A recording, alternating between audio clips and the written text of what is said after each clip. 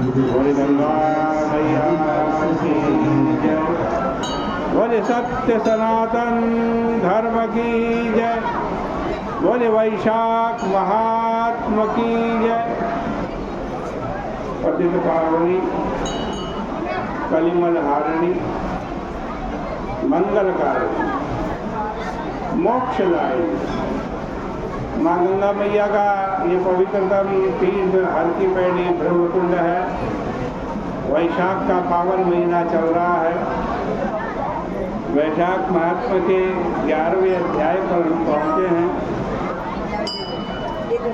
Methyl उवाच। मिथिला देश के राजा सुतकीर्ति सुखदेव जी से प्रश्न कर रहे हैं। यत्तामपत्याचरितं अशून्यशयनव्रतं देवोपदिष्टं तस्यास्य विधानं ब्रूहि भूसुर। हे भूसुर, ये ब्राह्मण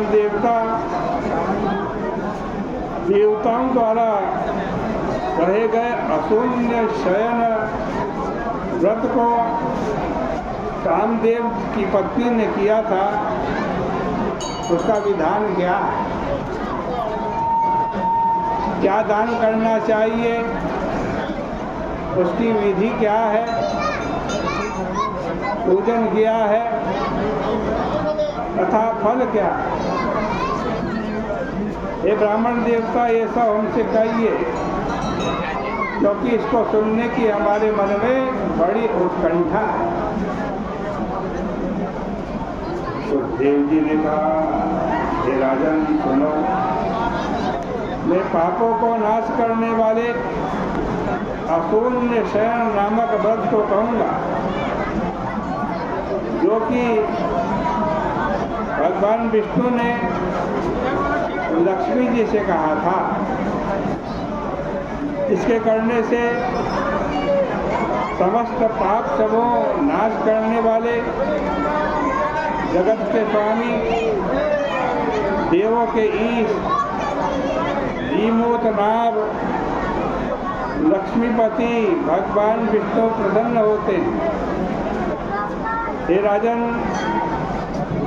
पातकों के नाश करने वाले इस व्रत को न करके जो गृहस्थ धर्म में रहता है, उसका यह गृहस्थ धर्म व्यर्थ जाता है। हे पृथ्वीपते, श्रावण मास के शुक्ल पक्ष की द्वितीया को उस सर्वश्रेष्ठ अशून्य शयन नाम के व्रत को ग्रहण करना चाहिए।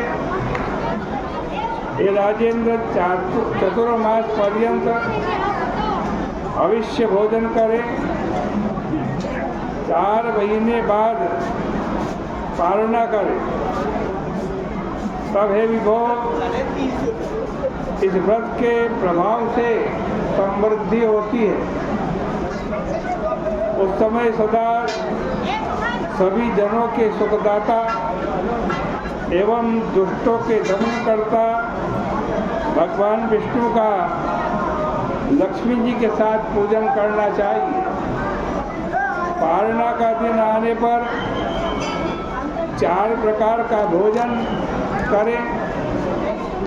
4 प्रकार के योग्य पदार्थों से उपहार स्वरूप वायन परिवारदार ब्राह्मण को देना चाहिए और स्वर्ण अथवा चांदी की सुंदर मूर्ति बनाकर उसे पीतांबर वस्त्र एवं दिव्य वनमाला से सुशोभित करके सफेद सुगंधित फूलों सुगंधित द्रव्यों से पुरुषोत्तम भगवान की पूजा करनी चाहिए। शय्यादान, वस्त्रदान तथा ब्राह्मणों को भोजन दान, ब्राह्मण दंपत्ति स्त्री पुरुष दोनों को भोजन तथा दक्षिणा द्रव्य आदि के द्वारा भगवान विष्णु की पूजा से संतुष्ट करें। इस प्रकार 4 मास पर्यंत जनार्दन भगवान की पूजा करके मानसिक अगहन आदि मासों में पहले की भांति भगवान विष्णु की पूजा करें।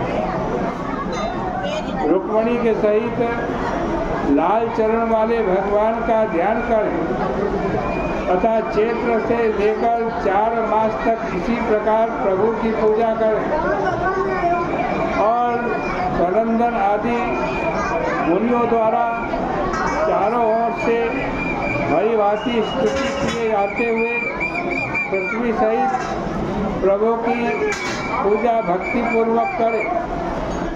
आषाढ़ मास की तृतीया को समाप्ति करें। आदि पारणा में अष्टाक्षर मंत्र से हवन करें, आहुति दें। हे पृथ्वीपाल, मार्गशीर्ष आदि मासों की पारणा में विष्णु गायत्री से हवन करें और चैत्र आदि मासों का सुनो समझो। प्रज्वलित अग्नि में पौरुषीय मंत्र पुरुष सूक्त से हवन करें।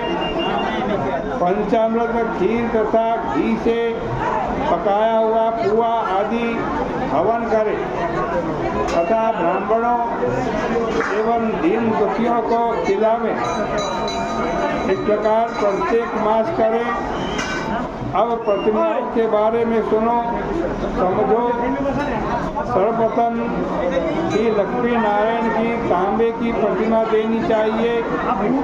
तदनंतर भगवान श्री कृष्ण की प्रतिमा स्वर्णमयी देनी चाहिए और अंत में बराहा अवतार भगवान की चांदी की प्रतिमा देनी चाहिए। तत्पश्चात केशव आदि नामों से उनके उद्देश्य से ब्राह्मणों को भोजन कराना चाहिए। अपने वित्त धन के अनुसार 2 वस्त्र और आभूषणों से पूजा सुसम्मान करके घी में पकाए हुए पुए तथा अन्य भी उपायन भेंट द्रव्य 12 ब्राह्मणों की सेवा में समर्पित करना चाहिए। तदनंतर पहले से प्रतिष्ठापित मूर्ति आचार्य को दे दे। सर्वप्रथम सभी अलंकरणों से सुशोभित संकल्पित सैया दान देनी चाहिए।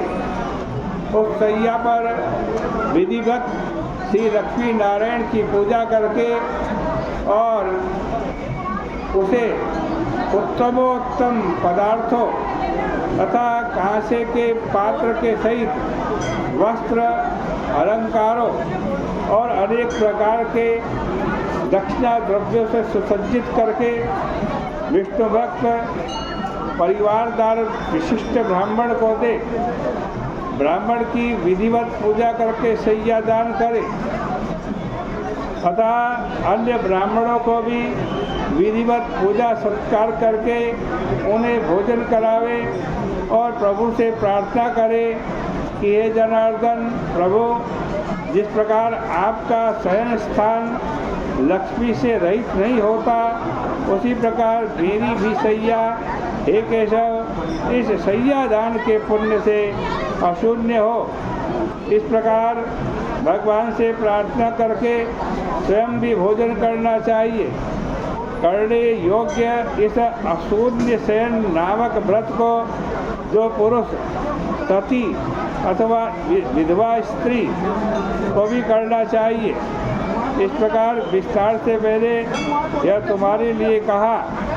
हे नृपश्रेष्ठ, जगन्नाथ भगवान के प्रसन्न होने पर अनेक प्रकार के कल्याण होते हैं। उन देवों के ईश के संतुष्ट हो जाने पर सभी दुर्लभ और सुलभ